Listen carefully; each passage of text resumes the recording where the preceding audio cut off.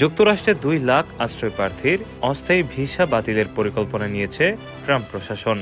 যারা যুক্তরাষ্ট্রে বেড়াতে এসে স্থায়ী হওয়ার আবেদন করেছেন তাদের চিহ্নিত করে ভিসা বাতিল করা হবে বলে জানিয়েছেন মার্কিন পররাষ্ট্র মন্ত্রণালয়।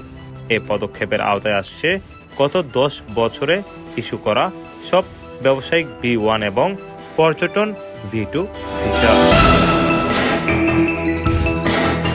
যুক্তরাষ্ট্রে অবৈধ অভিবাসন নিয়ন্ত্রণে ব্যাপক অভিযান চালিয়ে যাচ্ছে ট্রাম্প প্রশাসন। এর আওতায় ভিসা ও গ্রিন কার্ড বাতিলের পাশাপাশি দ্রুত নিজ দেশে ফেরতও পাঠানো হয়েছে বহু বিদেশি নাগরিকদের। এ পর্যন্ত 1,75,000-এর বেশি বিদেশিদের ভিসা বাতিল করেছে মার্কিন পররাষ্ট্র মন্ত্রণালয়। তবে এ পদক্ষেপ শুধু অবৈধ অভিবাসন নয়, বৈধ অভিবাসন নীতিও কঠোর করছে যুক্তরাষ্ট্র। বাণিজ্য ও পর্যটন ভিসায় যুক্তরাষ্ট্রে গিয়ে আশ্রয়ের আবেদন করা প্রায় 2 লাখ বিদেশি ভিসা বাতিলের পরিকল্পনা করেছে প্রেসিডেন্ট ডোনাল্ড ট্রাম্পের প্রশাসন। বার্তা সংস্থা অ্যাসোসিয়েটেড প্রেস এ তথ্য জানিয়েছে। আগামী কয়েক সপ্তাহের মধ্যে এ কার্যক্রম শুরু হতে পারে। এপি জানায়, আগামী কয়েক সপ্তাহের মধ্যে এ বিষয়ে ঘোষণা দিতে পারে পররাষ্ট্র দপ্তর।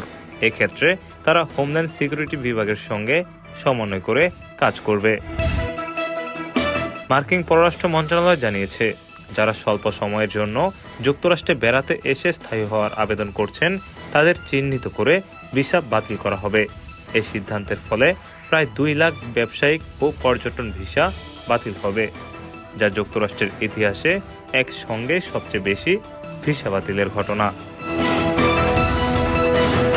শুধু ফি নয়, H-1B কর্মীদের নির্দিষ্ট শর্তে নতুন চাকরি খোঁজার জন্য সর্বোচ্চ 60 দিনের সুযোগও কমতে পারে।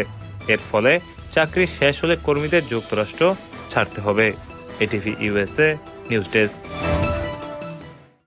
এটিভি USA বিশ্বজুড়ে বাঙালিয়ানা।